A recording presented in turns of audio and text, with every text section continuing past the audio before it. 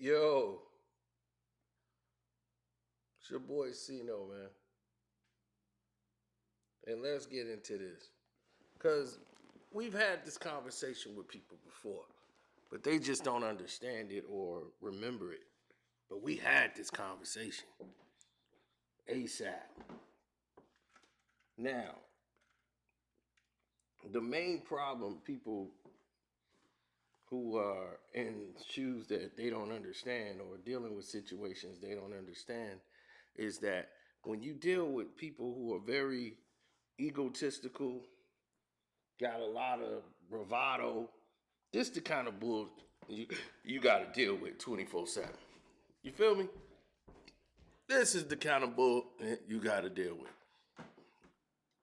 Now, for those who don't know or been under a rock, Melyssa Ford brought up a statement while they was talking about what they had done in some ventures that they did in their life that had nothing to do with Melyssa Ford. They talking about what they did back in the days when they were rappers, him and Mase, just getting excited, just getting a deal, all of that. And they talking about the activity, and she wanted to act like an activist for all women as if she was that type of person. And normally, Melyssa Ford, let me give you your shine. Back in your video vixen days, you were something. You know, you were an incredible woman, mixed biracial woman who used her physical assets to get her things. But you came in the game, you wasn't trying to be a hoe. You were very selective with who you was dealing with. You weren't going with the average status quo individual. And I give you a lot of credit, but you bumped your head because once you hit those late 30s and 40s, things start to change. Just a little bit. Just a little bit. Now, how transformative did this occurrence happen to, bring forth? Well, Melyssa decided in her infinite wisdom to try to say, well, y'all don't know that woman, and to try to say, and you guys are, putting that woman on black. They never named the woman. Hell, they probably don't remember the woman's name. So this was back before Mase was saved and all of this. So, it's like them telling a story they got nothing to do with the Joe Budden podcast. And then she actually insinuated that, some of the girls are probably underage, which really rubbed Cam the wrong way. Because now you messing with his brand. Now you messing with his name, by insinuating something like that. So I guess the next day she realized after talking with probably legal and the people around her saying, hey, this is bad on Joe. So you're going to have to go out and apologize. You ain't the only one that gets sued here. Now, him and Queen's Flip don't talk based on something that he explained. He asked him for a favor after doing many favors to really put Flip on to where he is now. Because if it wasn't for him, I'm not going to say Queen's Flip would have never been anything in life, but, that gave him his break. That was the first, big name artist at that time to even deal with him, to make it say, oh, okay, well, Cam dealt with him, so he must be all right. So that didn't happen back in the day. You know what I'm saying? So there was a lot of problems early on. Like people weren't dealing with him like that. So he gonna give all the praises to him, but he never delivered on the favor that Cam asked him to do.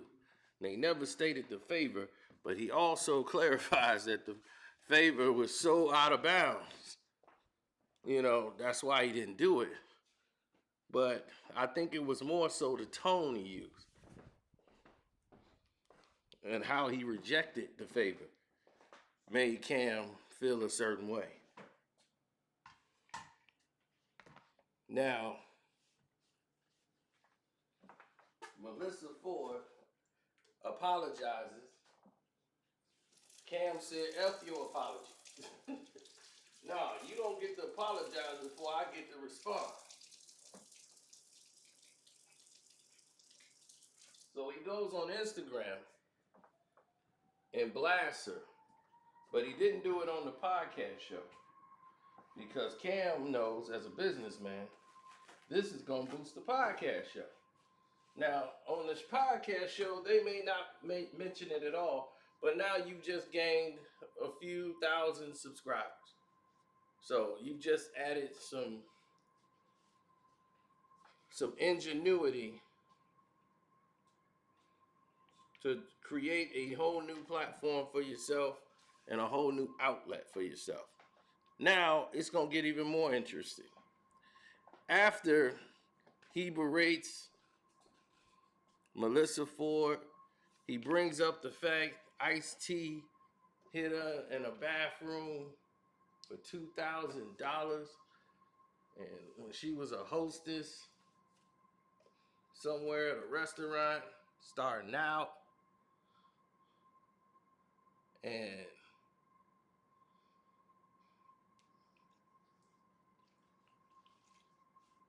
there was a lot of talk and chatter that was surrounding that fact.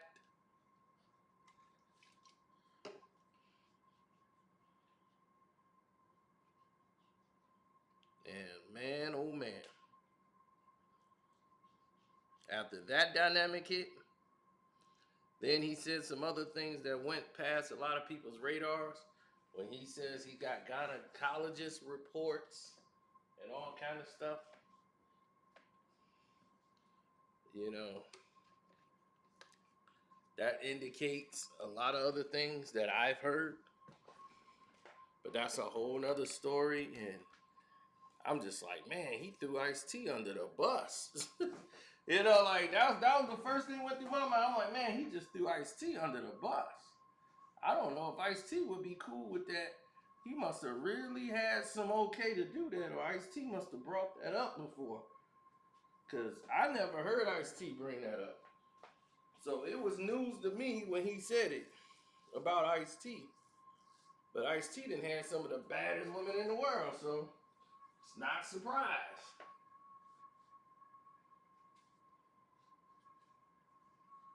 Now you got to think about major game.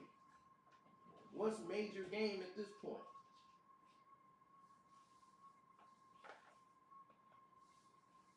This was ultimate insult to injury, disrespect. So naturally, when they come back and do a show, it's gonna be hellified. Because the Joe Budden podcast, as Camron likes to let them know, hey, look, we're a sports show. You know, we're a sports show. We number 2 right now. You know, that's what we do. We're a sports show. We don't even talk about this, man. Your show, what y'all do over there, and you know, y'all talk about us. That's what your show is. We don't even mention y'all. We're a sports show. Like, I wouldn't even be talking about this right now on the show. That's why I'm doing this on Instagram. Because I don't even want to deal with that. That's why Cam said it in such a way, because he knows by saying it in that tone, that's going to bring a lot of attention, a lot of ears and a lot of people to say, well, damn, they are better than y'all already, and they just started in like March, and look where they at already. Damn, that's quick. Y'all been doing this for how long? Now, what you seeing is a whole different trend. You're seeing a society that is geared to performative activities. And you might say, what is performative activities? And that is performative activities is what Joe Budden believes he's doing. That was pretty performative. As he came up to defend Melyssa Ford and tells Camron, yeah, that was kind of performative what he did. Um, like Camron was putting on a show for the people. So that's how Joe took it and was like, if you're gonna sue, you better talk to your legal team. But before you do that, because one, I don't think you have enough money to deal with this, and then you got to put some respect on Melyssa Ford's name. I know you guys are not used to dealing with high, profile people. Y'all stick to those sixes and sevens.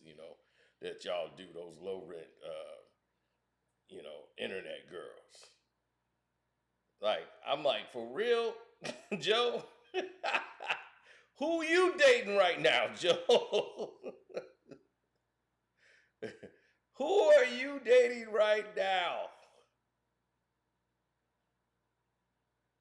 Everybody you met has basically been in the strip club, Joe. Come on, man. You don't want to go through your history. Now, I ain't going to say they weren't bad women. You had some bad women. Like Tahiri, bad.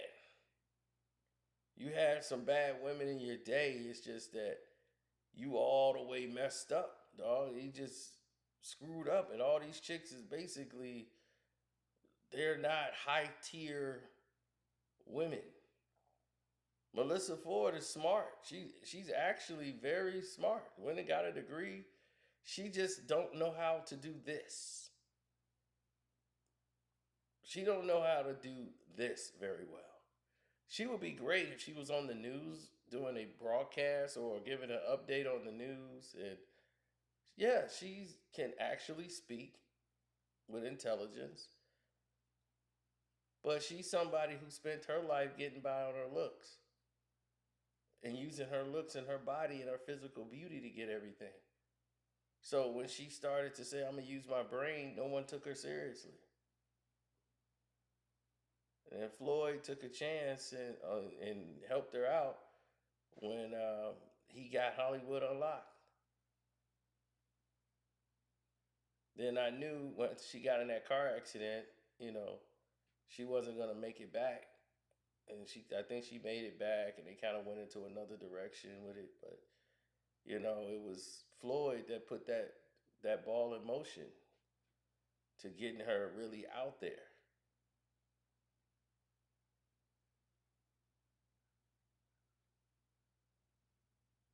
He was gonna do the same thing with Keisha Cole, and he was thinking about doing an all-girls show with Keisha Cole and Melyssa Ford, and just do like a girls podcast thing. But I don't think Keisha Cole was with it. Like, she was like in her own thing at the time. So it is what it is.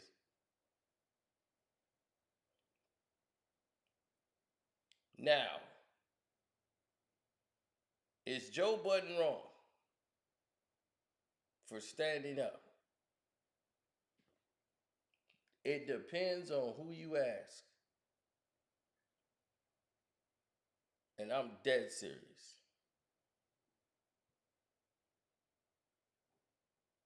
It depends on who you ask.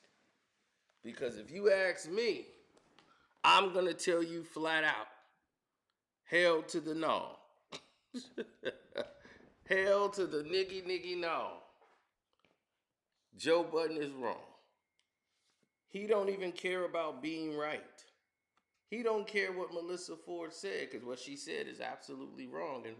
And the fact that you stood up before just shows that you're much of an idiot as anybody else on the show. You're mad because he said all of them washed up dudes you got over there. You hired all them washed up dudes.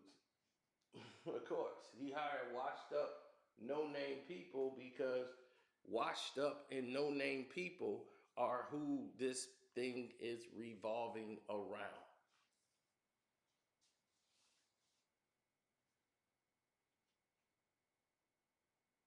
So let that sink in. When you got a bunch of washed up members who's sitting around watching the thing happen in front of their face and they have no action, they have no reaction to it.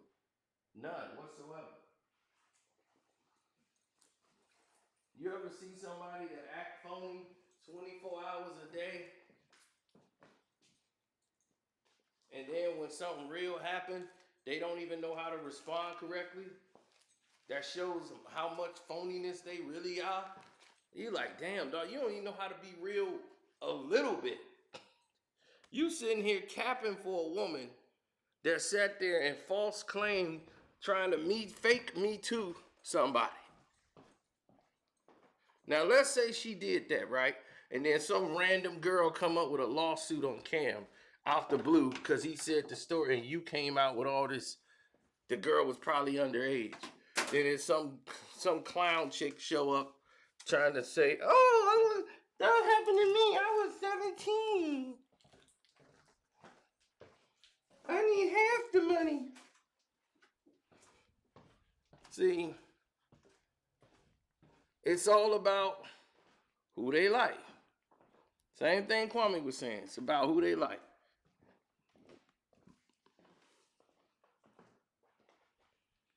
Now you got all these people out here that's coming up with narratives, baseless narratives, but they narratives, and don't mean any damn thing. Now Melyssa Ford, this is your chance. You can open your mouth and say something. Joe went hard. Because now Joe's trying to make a stand like, oh, this is where I gotta start. He done called us some washed up dudes. I can't let that slide.